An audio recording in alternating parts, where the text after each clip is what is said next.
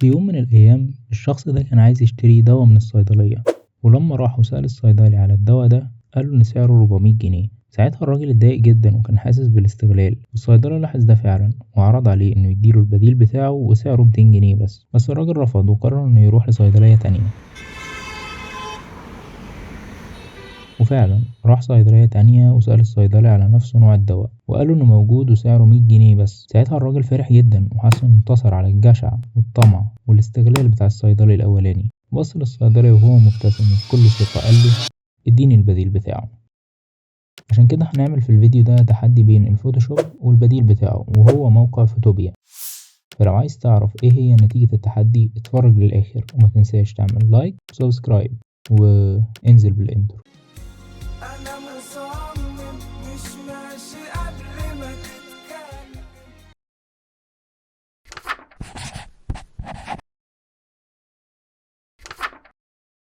طيب عشان الموضوع يكون فيه نوع من العدل هنعمل تصميم فوتو مانيبيوليشن مرة على فوتوشوب ومرة على فوتوبيا ونقارن النتائج في الآخر ونشوف مين اللي هينجح إنه يطلع أحسن نتيجة. ولو هتسأل اشمعنى فوتو مانيبيوليشن هقولك عشان الفوتو مانيبيوليشن يعتبر من أصعب أنواع التصميمات، فلو فوتوبيا قدروا إنه يعمله بشكل كويس فبكده نقدر نعتمد عليه في أي حاجة تانية.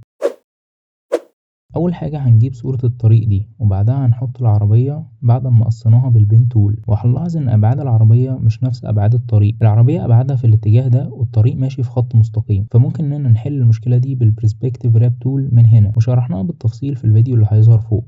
بعد كده هنعمل ريتاتش للعربية وممكن نوضح ازاي عملناه. ببساطة هنعمل نيو لاير ونخليها كليب ماسك على صورة العربية، ومن اديت نختار فيل ونخليها 50% جراي والبلند مود هيبقى اوفرلاي وندوس اوكي. واحنا واقفين على اللاير هنغير البلند مود لاوفرلاي برضو هنلاقي انها رجعت زي الاول. ودلوقتي هنروح على اداة الدوج من هنا ونبدأ نعدي على الأجزاء الفاتحة عشان نفتحها بشكل أكبر، وبأداة البرن هنعدي على الأجزاء الغامقة عشان نغمقها بشكل أكبر، وفي الآخر هتتحول معانا من كده لكده.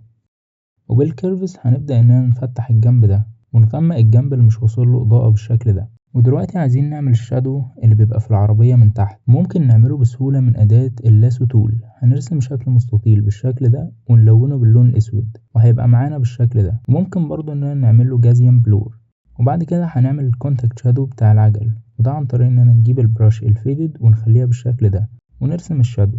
وعشان نخلي العجل أكنه بيلف هنروح من قائمة فلتر نختار بلور ومنها نعمل سبين بلور، ولو عايز شرح كامل ليها هتلاقيه في فيديو التريكات الأخير. وممكن إننا ناخد كوبي من العربية ونضيف لها التأثيرات دي اللي هما الجازيان بلور والموشن بلور، وفي الآخر ده هيكون شكلها. ودلوقتي عايزين نخلي فانوس العربية ده ينور، فهنروح نجيب صورة فانوس عربية منور من فري بيك ونخلي البلند مود بتاعه سكرين.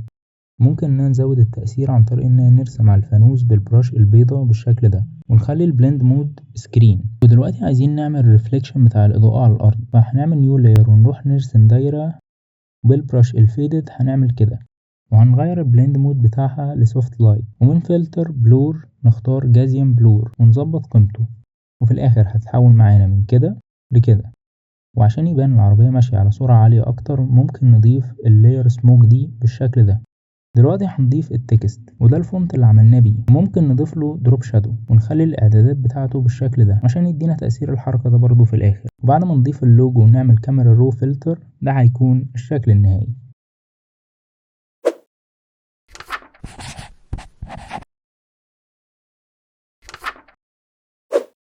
اول حاجة هنعملها هنفتح الموقع من على اي براوزر، نفتح نيو بروجكت ونختار مقاس الانستجرام، وهنلاحظ ان في مقاسات كل منصات السوشيال ميديا اللي ممكن تحتاجها. هنخلي الريزولوشن 150 وندوس كرييت هيفتح معانا بالشكل ده، وهنلاحظ الواجهة بتاعته قريبة جدا من فوتوشوب. هنجيب دلوقتي صورة العربية ونقفل اللاير بتاعة الخلفية، وعشان نقص الخلفية بتاعة العربية فهنا في طريقة أسهل بكتير جدا من فوتوشوب، وهي إننا هنروح على سيلكت ونختار منها ريموف باك جراوند. هنلاحظ إن لسه في أجزاء ما اتقصتش، فهنكرر اللي عملناه تاني ونختار ريموف باك جراوند وهنلاقيها اتقصت بكل سهولة. دلوقتي هنجيب صورة الطريق وبعد ما نظبط الأبعاد بتاعته ورا العربية هنعمله فليب هوريزونتال، وهنحدد العربية من كنترول الت تي ونعمل لها فليب هوريزونتال هي كمان. وهنا هنلاحظ الفرق بين فوتوشوب وفوتوبيا. بفوتوشوب بنعمل سيلكت من كنترول تي، بس فوتوبيا بنعمل سيلكت من كنترول الت تي.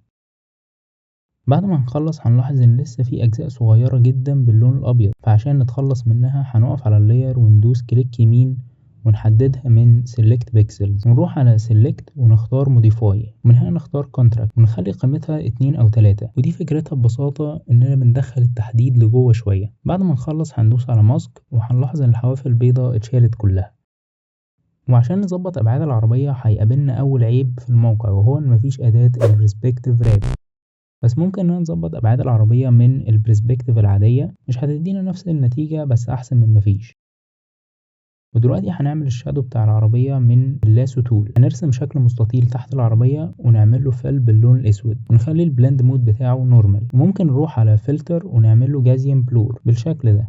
وهنعمل الشادو بتاع العجل بالبراش الفيدد، وبعد ما نخلص هيبقى شكلها كده. وعشان نخلي شكل العربية احسن ممكن نعمل لها ريتاتش، وده عن طريق اننا نعمل نيو لاير ونخليها كليب ماسك على العربية. ومن اديت نروح على فيل، والمرة دي نخليها جراي والبلند مود بتاعها اوفرلاي. وهنقف على اللاير ونخلي البلند مود بتاعها اوفرلاي برضو، وهنلاحظ انها رجعت زي الاول. هروح دلوقتي نجيب اداة الدوج من هنا، وهنمشي على الاجزاء الفاتحة بالشكل ده. وبعد ما نخلص نروح على البيرن ونمشي على الاجزاء الغامقة، وفي الاخر هتتحول معانا من كده لكده. دلوقتي هنخلي العجل يلف من السبين بلور، وهيكون معانا بالشكل ده. وبعد ما نخلص هناخد كوبي من لاير العربية ونحركها بعيد شوية، ونعمل لها موشن بلور، وممكن نقلل في الاوباسيتي بتاعتها شوية. وعشان نخلي الفوانيس اللي قدام تكون منورة هنروح نجيب صورة الفوانيس دي ونقص الشكل اللي احنا عايزينه، ونغير في البلند مود بتاعه السكرين.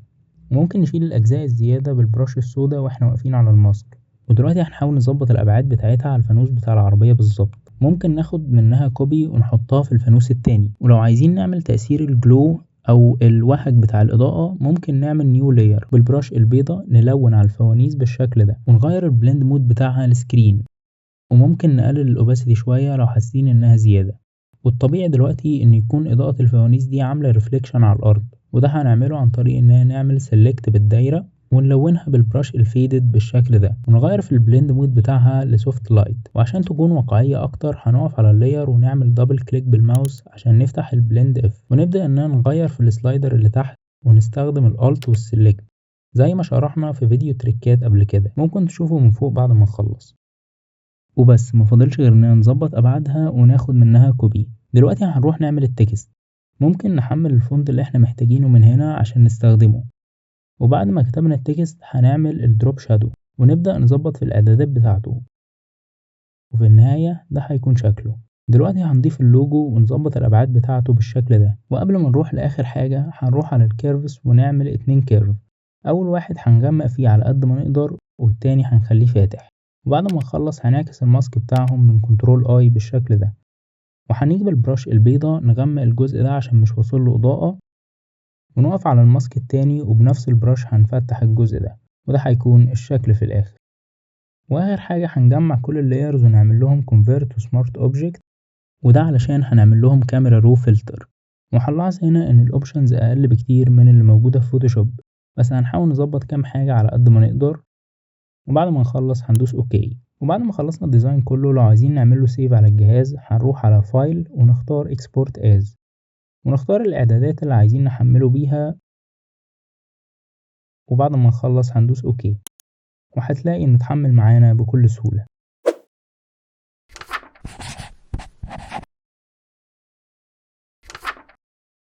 ودلوقتي قبل ما نشوف نتيجة كل برنامج مع بعض عايز اقول حاجة، وهي ان موقع فوتوبيا شبيه جدا لموقع فوتوشوب.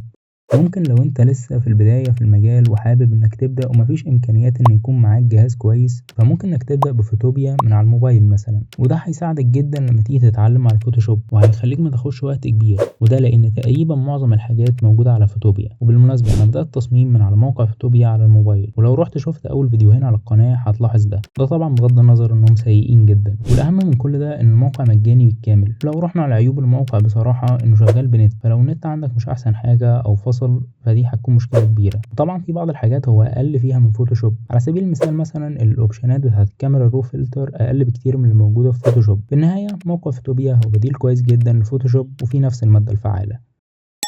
بعد ما خلصنا دي هتكون النتيجة النهائية للديزاين اللي اتعمل على فوتوشوب، ودي نتيجة الديزاين اللي اتعمل على فوتوبيا.